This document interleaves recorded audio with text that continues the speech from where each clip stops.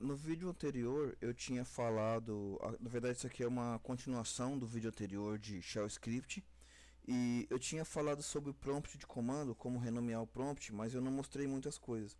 Mas se você vier aqui no meu blog Grande Portal e digitar aqui na busca renomeando comandos, você vai ver que eu explico direitinho aqui como que a gente faz para alterar o bash, né? Não é renomeando comandos é outra coisa. É prompt, alterando o prompt do terminal, era isso que eu queria falar. Eu tinha mostrado o PS1, só que aí eu mostro ele aqui com mais opções, como por exemplo o usuário, a máquina, o caminho da pasta atual e várias outras opções. Então eu recomendo que vocês leiam esse material, né? E o que eu tinha falado do renomeando comandos é que é o seguinte: quando eu renomeio um comando, ao invés de eu usar o rm, eu digitei rm-i. Isso aqui, apesar de você recomendar que vocês leiam no blog, eu vou mencionar aqui que é o seguinte: se eu digitar aqui vim til ponto, barra ponto bashrc, esse bashrc ele é um inicializador com todas as suas configurações no bash. Então, por exemplo, se eu colocar aqui barra rm, ele vai me mostrar, deve estar lá no final. Não está aqui, na verdade ele está num outro arquivo. Mas, por exemplo, o ll, na verdade, o que eu fiz? Eu coloquei um clear para limpar a tela.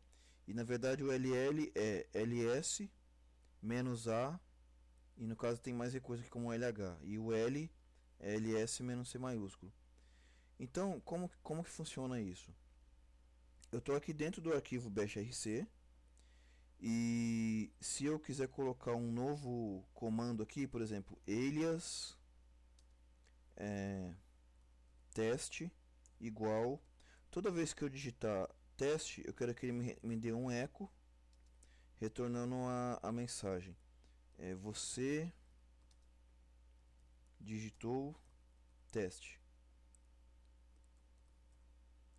Só que aí eu tenho duas opções: ou eu fecho o terminal e abro de novo, ou eu digito source til.barra bashrc. Feito isso,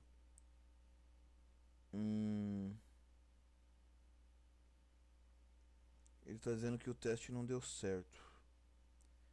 Não deu por algum motivo. Bom, vejamos.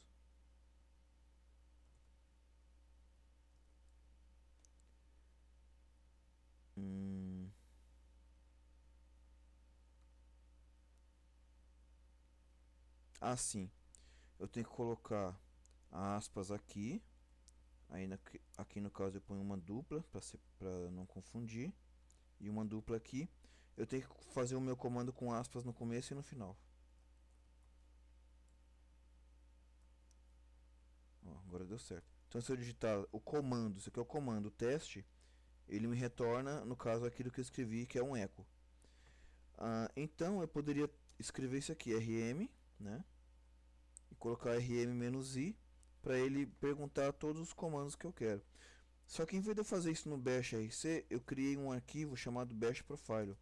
Então se eu vier aqui, ponto bash profile,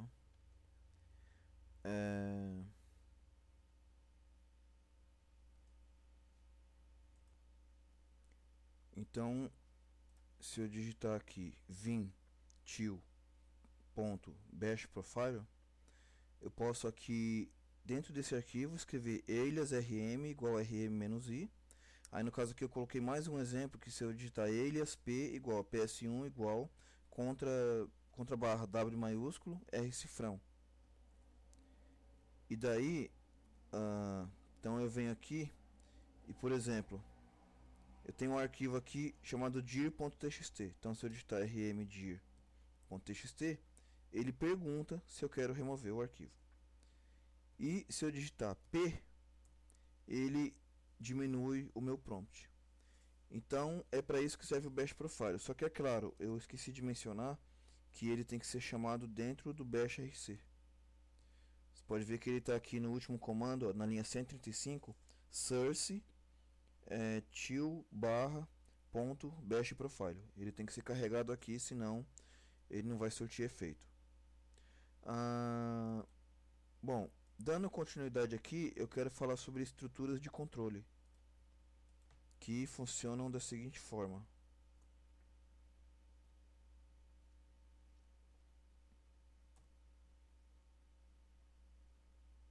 Eu vou dar um PS1 contra barra W maiúsculo para diminuir o meu prompt, dar um clear para limpar a tela e,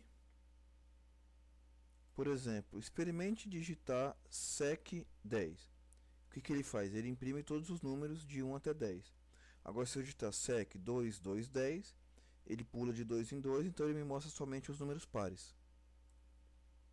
Se eu digitar mkdir pasta, ponto e vírgula, touch pasta, arquivo.txt, ponto e vírgula, cd pasta, ls, ele cria a pasta, cria um arquivo dentro da pasta, entra dentro da pasta e ainda lista o conteúdo que está lá dentro. Eu consigo fazer isso tudo de uma vez, separando cada comando por ponto e vírgula. cd ponto ponto ele volta um nível, e se eu digitar if grep mm password, então echo ok, caso contrário echo não. Então no caso aqui ele está dizendo que não, porque ele não encontrou mm na lista de passwords. If u pipe grep regis, então echo regis está logado. Else echo regis não está logado. Então aqui no caso ele está dizendo que o regis não está logado. Agora se eu colocar if u grep rg3915, então echo rg3915 está logado. Else echo rg3915 não está logado. Aí no caso eu estou logado, está mostrando aqui a minha máquina, o usuário no caso. Agora vamos verificar se um arquivo existe. Seria if test-e arquivo.txt, então cat arquivo.txt, else echo arquivo não existe, arquivo não encontrado, termina com fi. No caso aqui deu um arquivo não encontrado. Agora, por exemplo, se eu criar o arquivo arquivo.txt e setinha para cima, voltar ao último comando, ele me disse que o arquivo existe e no caso ele ia dar um cat, né? Fazer o seguinte, vou copiar, escrever alguma coisa dentro dele, teste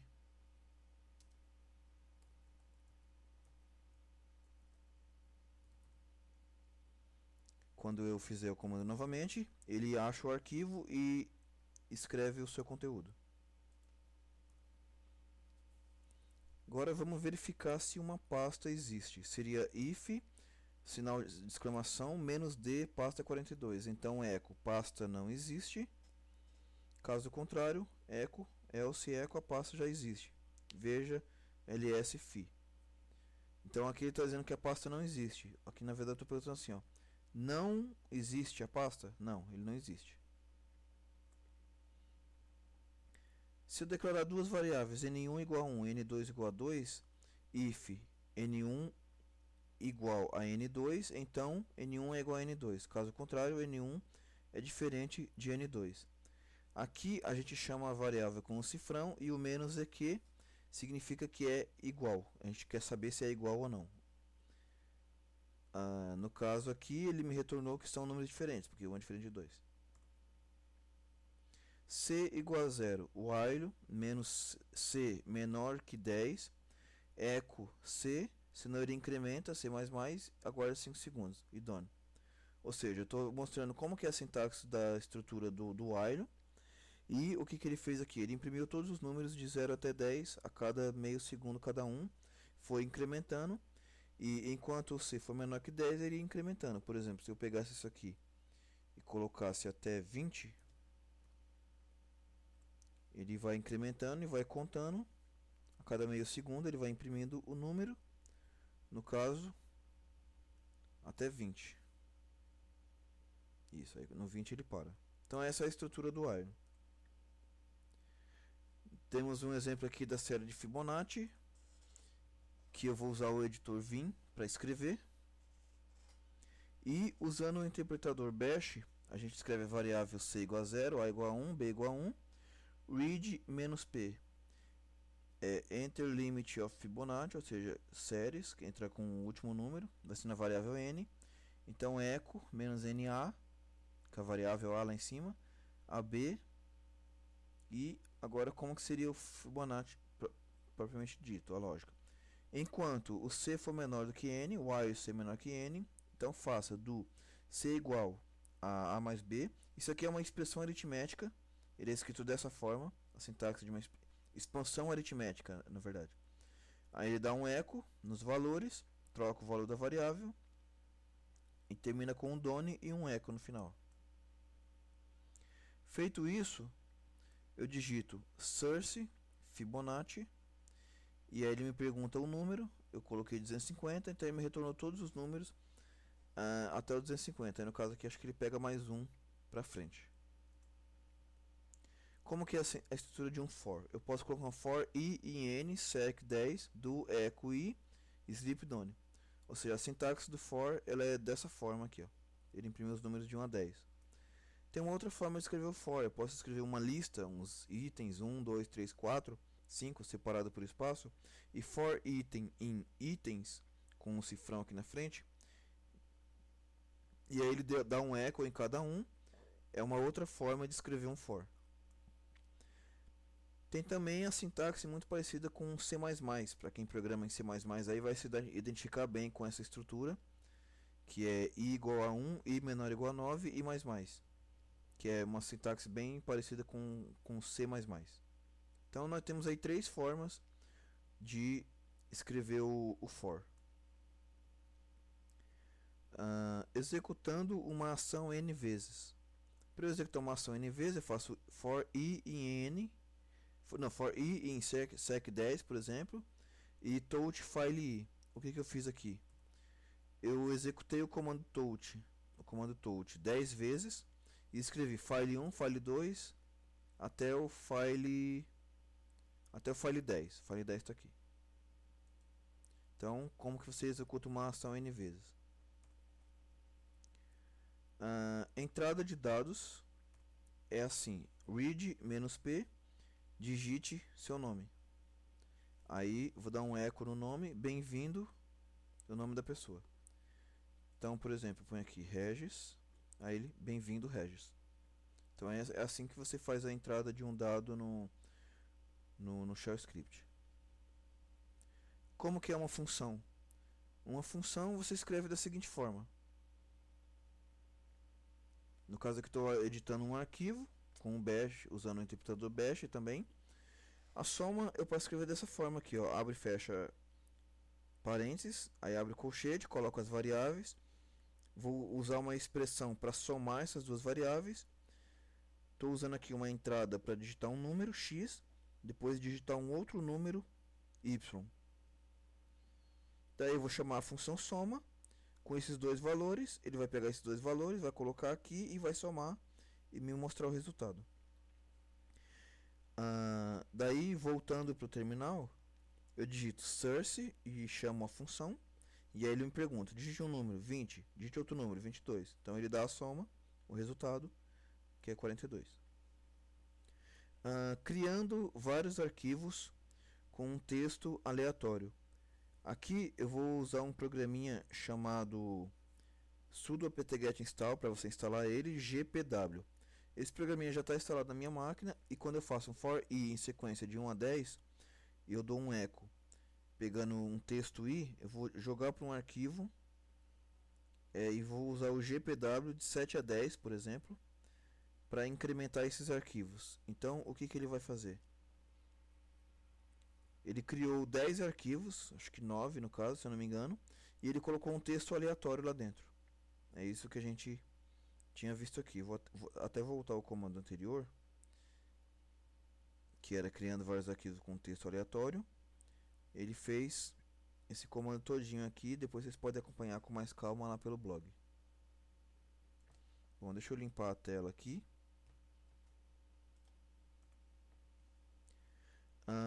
Inserindo o conteúdo de vários arquivos dentro de um único arquivo. Então eu tenho lá 10 arquivos, o file 1, file 2 até o file 10. Eu quero inserir o conteúdo de todos eles dentro de um arquivo só. Então como que eu faço? For i em sequência de 1 a 10, sec de 1 a 10, do cat file txt maior maior para o final file e done no final. Se eu ler o final file, é um arquivo só com o conteúdo de todos os outros arquivos dentro dele. Eu poderia fazer isso de uma outra forma também, juntando vários arquivos em um só. Eu posso fazer ele assim: echo 1, aí eu estou criando aqui o arquivo com o texto 1, 2, e aí quando eu pegar esses dois arquivos numa variável args, eu posso fazer o for i em args do cat i maior maior joined file e done. Então quando eu der um cat em join file, eu peguei o conteúdo desses dois arquivos, coloquei dentro de um só. Mas ainda existe um caminho mais curto, que seria usando o cat puramente, fazendo só com o cat, ele já faz essa concatenação que a gente chama. Então, na verdade, das três opções que eu mostrei, essa aqui é a menor delas, seria a mais comum de se usar. Separando um arquivo em vários arquivos linha a linha. Ou seja, eu tenho um arquivo com 10 linhas de texto, por exemplo, então eu vou separar em 10 arquivos com uma linha de texto para cada um. Por exemplo, usando um printf, eu vou escrever 1, 2, 3, 4, 5, vou colocar dentro de um file.txt, então nós temos aqui esse texto, e aí eu vou separar, então while readLine, do line igual a cifrão line, echo, cifrão line, e vou jogar a saída num arquivo novo, done, recebe o file.txt. Agora vamos ler esse conteúdo. Então, while readLine do cat line done recebe file.txt. Então, o que aconteceu aqui, ó? Eu tenho o arquivo que se chama 1, um arquivo que se chama 2.txt, o 3, o 4 está em algum lugar aqui, 4 e o 5. O que ele fez com esse comando aqui? Ele leu o texto que está dentro de cada arquivo. Então é isso aí. Substituindo o texto no arquivo sem abri-lo. Para isso eu vou criar um arquivo chamado eu gosto de Java. Vou jogar em linguagens.txt. Vou dar um cat linguagens, eu gosto de Java. E eu vou trocar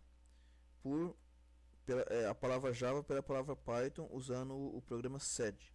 O sed ele é um stream editor que a gente chama, que é um editor de texto via linha de comando do terminal, que a gente edita o arquivo sem precisar abrir o seu arquivo. Então a gente chama o sed de stream texto. A sintaxe dele é o seguinte: tem um S para substituir a primeira palavra Java, eu quero trocar pela palavra Python, e eu quero fazer isso em todas as ocorrências dessa palavra dentro do arquivo.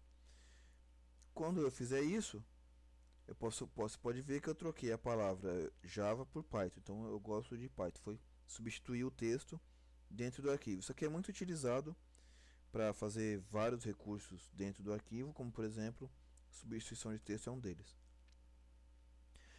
Renomeando todos os arquivos numa sequência numérica. Eu vou fazer o seguinte: primeiro eu vou criar 30 arquivos com nomes aleatórios.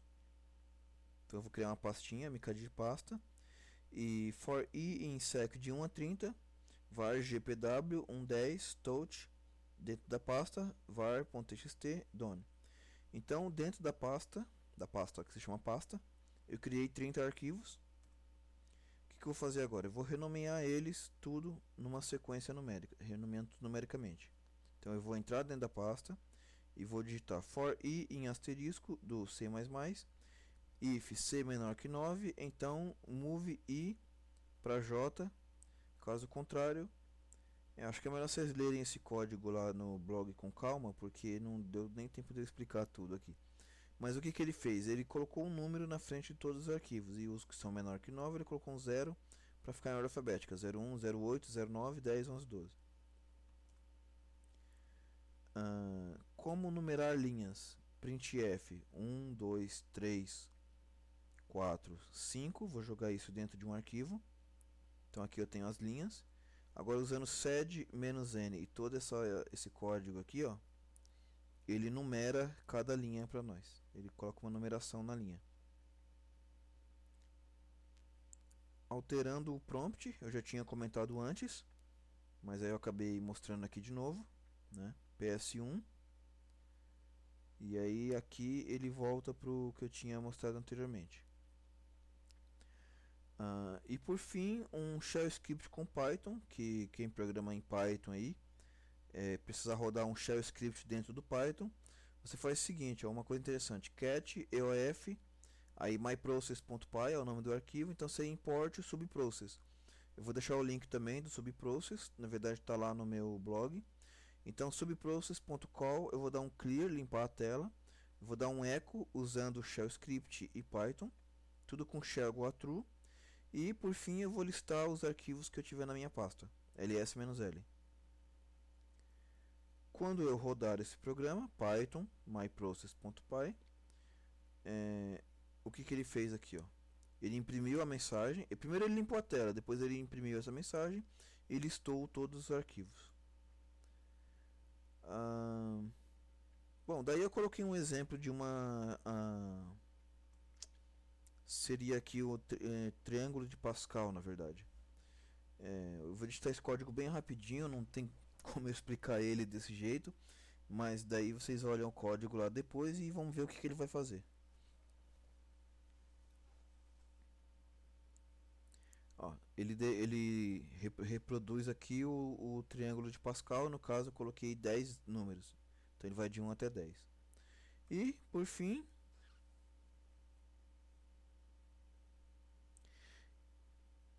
e é isso aí, pessoal. Valeu, até a próxima.